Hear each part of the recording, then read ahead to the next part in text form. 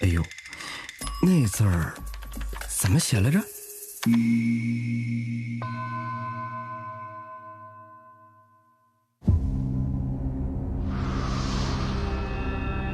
这个符号很多人认识，因为它和现代汉字中的形象几乎没有差别。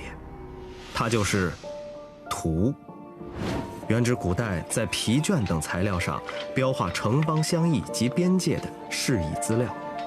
图字最早见于金文，方框念围，表示范围；类似小人的图案念笔，是笔的本字。周代将500家划为一笔，每县有5笔，2个字合起来组成图，划定城市区域。在古代，一张小小的地图代表的是至高无上的主权，谁拥有了地图，谁就能以上天视角俯察这片土地。譬如荆轲，为表诚意打入秦宫，他献给秦王的除了樊乌鸡的首级，就是一张燕国都抗地图。秦王展开地图，图穷而笔现，秦王大惊，拔剑不能，连连退却。荆轲持匕首追击，最后掷出的匕首被立柱挡住，行动失败，荆轲壮烈牺牲。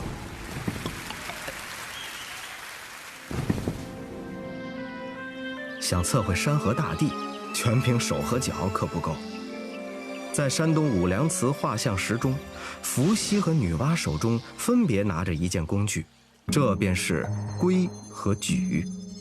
固定圭的一端旋转，便可画出完整的圆；矩不仅可以画直角，还能利用日影测量物体的长度和高度。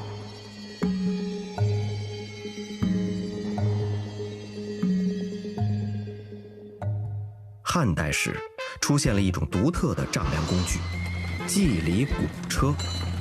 这种车分2层，每层有1个木人，车行1里，下层木人击鼓1次；车行10里，上层木人敲铃1下。驾车人只要记录鼓声和铃声次数，便可以计算出马车行过的距离。一敲铃5下。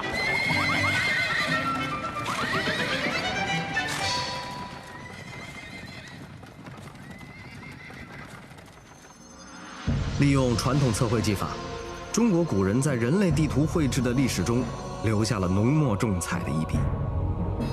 山川、河流、城郭都在2维的世界里得到了记录。其中又以完成于宋代的雨季图最具代表性。你看，这密密麻麻的方格，像不像现代的经纬线？这种方格制图法被称作季里画方，以每100里这为图上1方为比例尺。计里是为了在图上量算长度与面积。这种方法始于晋代名臣裴秀，他提出了绘制地图的6项原则，时至今日仍是现代地图的根本。有学者将它称为是与古希腊地理学家托勒密相并列的世界地图先驱。雨季图在水系线条的刻绘上使用了以粗细表示上源到下游的不同特征。黄河、长江等大水系主流突出，分级明确，反映出流水由小变大、河面由窄变宽的实地情况。进入信息时代，辽阔的山河大地以数字的形式得到了更加精准的记录，世界似乎从未这样触手可及。而由地图的本意引申，图字逐渐指代一切由绘画产生的形象，变得无处不在。我们描绘美好未来，也常用宏伟的蓝图来形容。其实图反映的是人认知世界的能力和决心。